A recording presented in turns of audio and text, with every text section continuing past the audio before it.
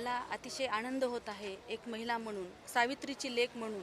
आज सावित्रीबाई फुले जयंतीच्या निमित्ताने मी पदभार ग्रहण केलेला आहे. त्यामुळे मला अतिशय आनंद आणि अभिमान वाटत आहे.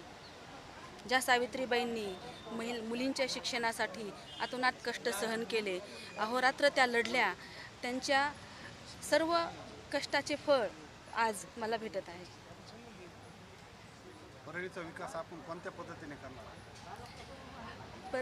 परळीचा विकास आम्ही अतिशय पारदर्शकपणे करणार आहोत. परळीला एका नव्या उंचीवर न्यायचं आहे आणि अतिशय पारदर्शक प्रशासन देणार आहोत. डिजिटल परळी बनवायची आहे आणि परळीला सर्व लोकाभिमुख प्रशासन आम्ही देणार आहोत. नागरिकांच्या सर्व सूचना, त्यांच्या तक्रारी याकडे आम्ही जास्त महत्त्व देणार आहोत.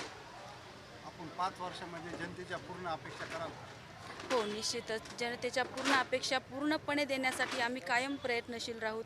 जास्तीत जास्त विकास साधूत. त्यांच्या विश्वासाला आम्ही कधीही तडा जाऊ देणार नाही.